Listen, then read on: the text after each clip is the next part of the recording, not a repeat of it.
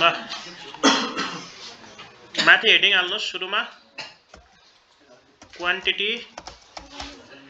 survey of concrete quantity survey of concrete है अनि तल्लो लाइनमा लेख्ने सुरुमा भोल्युम अफ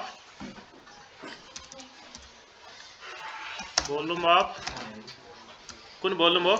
वेट भोल्युम है वेट भोल्युम अफ कंक्रीट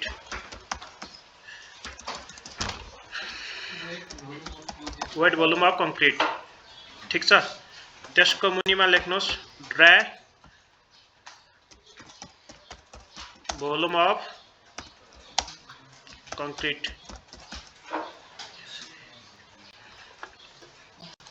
त्यसपछि लेख्नुस् कंक्रीट रेशियो अनि त्यसको तल्लो लाइनमा लेख्नुस् सुरुमा M20 त लेख्ने सिमेन्ट त्यसपछि सैंड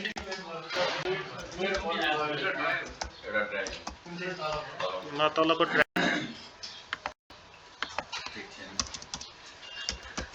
ड्राई एग्रीगेट त्यसपछि सम ठीक छ त्यसपछि तल के लेख्ने सिरियल नम्बर त्यसपछि डिस्क्रिप्सन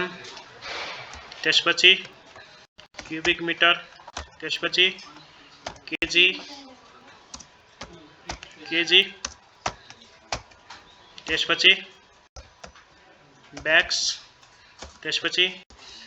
क्यूबिक फिट त्यसपछि मिटर अनि यसलाई यसरी अब यहाँ 1 देखि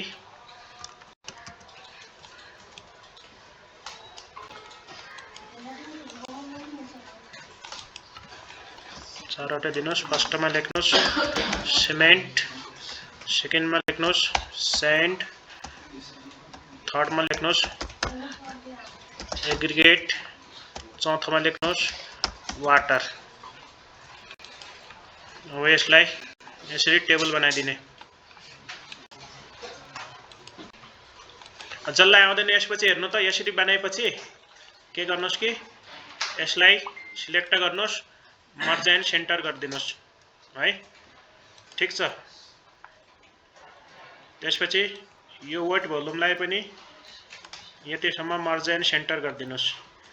ड्राई भोल्युम पनि यहाँबाट मर्ज एन्ड सेन्टर गरिदिनुस्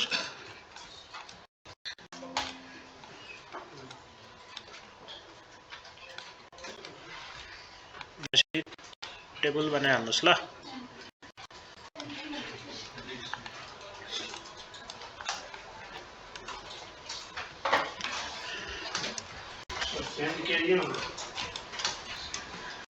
हजुर कंक्रीट रेशियोलाई पनि मर्ज एन्ड सेन्टर गरिदिनुस् M20 लाई पनि मर्ज एन्ड सेन्टर गरिदिनुस्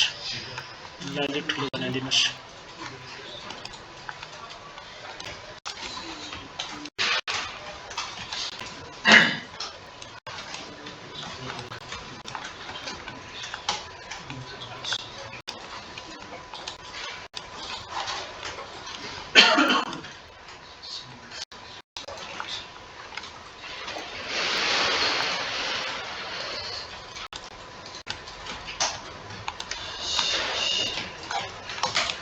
यसलाई कलर लगाइदिनुस् अब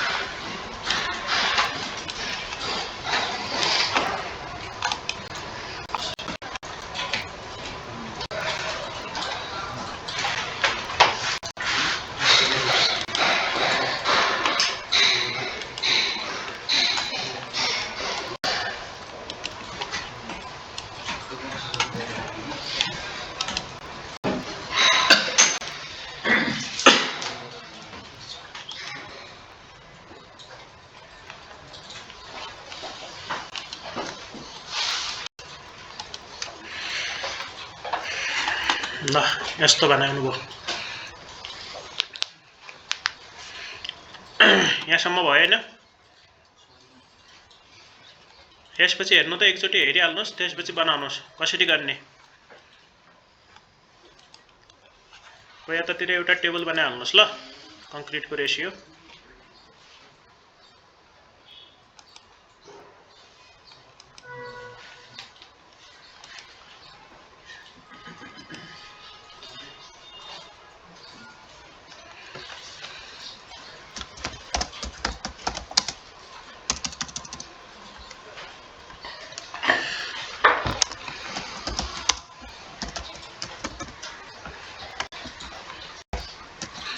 M5 M7.5 M10 M15 M20 M25 M dash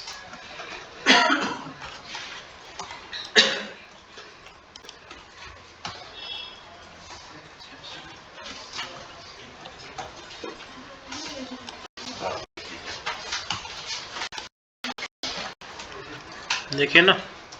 brown colour हजुर ब्राउन कलर ब्राउन के देखिन्छ हो र चेन्ज गरौँ लाइट रातोलाई चाहिँ के भयो लास्टको ब्राउन रातोलाई पनि येलो पनि लगायो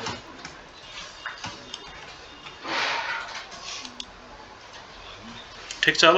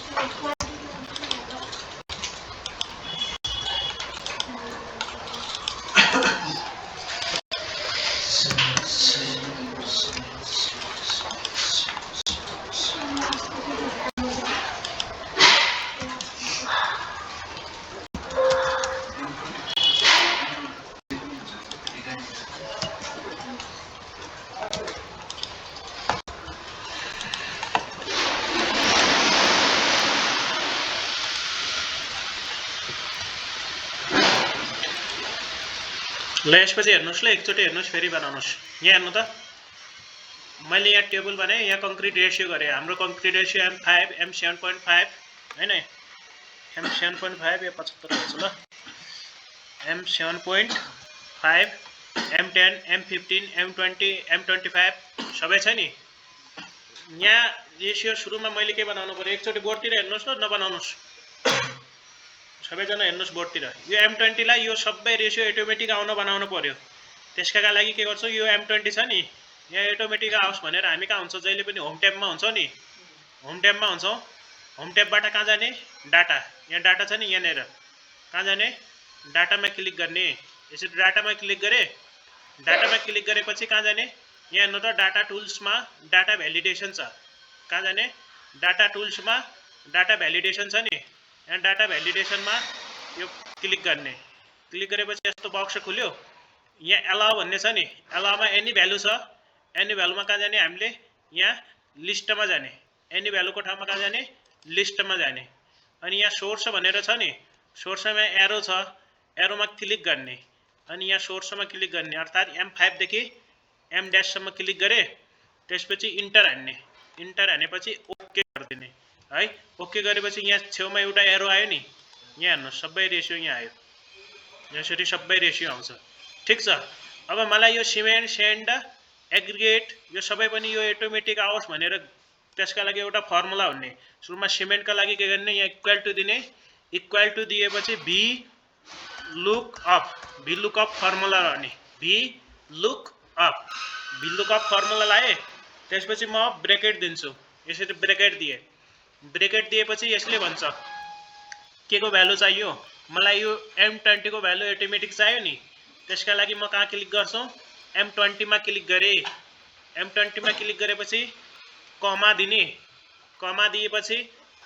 त्यो भ्यालु कताबाट चाहिन्छ त भन्यो उले मलाई यो टेबलबाट चाहिन्छ नि यो टेबललाई सिलेक्ट गर्ने यसरी है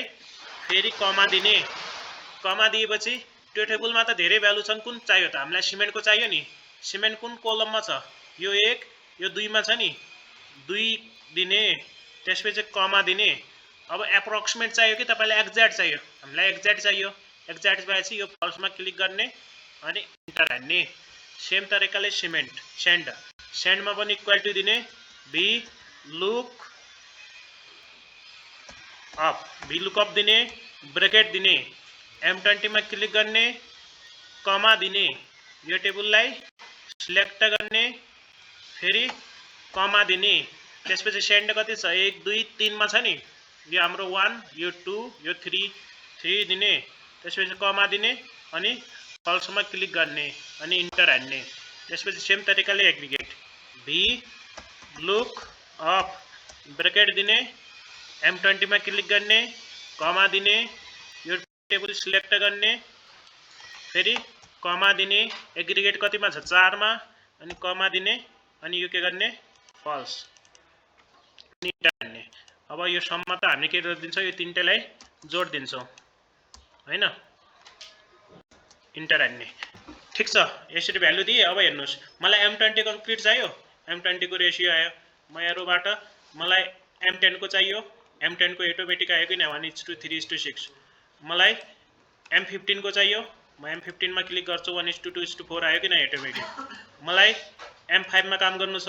M5 को आयो हो कि नै M15 मा क्लिक भएपछि M5 मा चाहियो M5 को आयो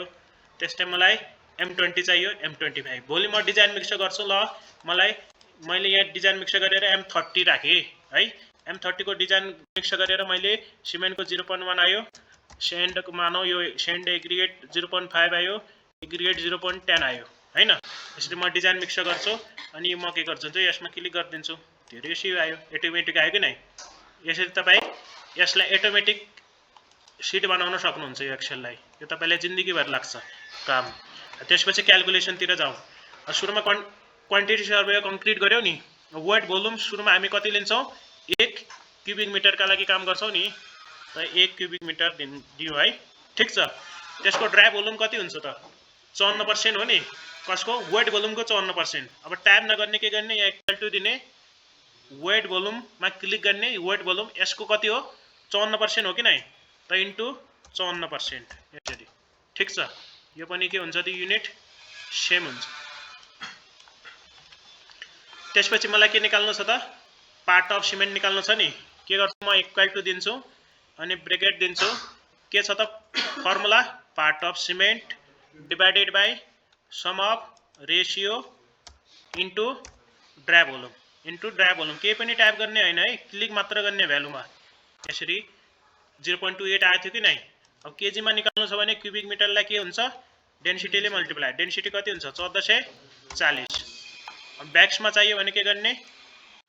यो केजी लाई 50 ले डिवाइड गर्ने क्युबिक फिट मा चाहियो भने के गर्ने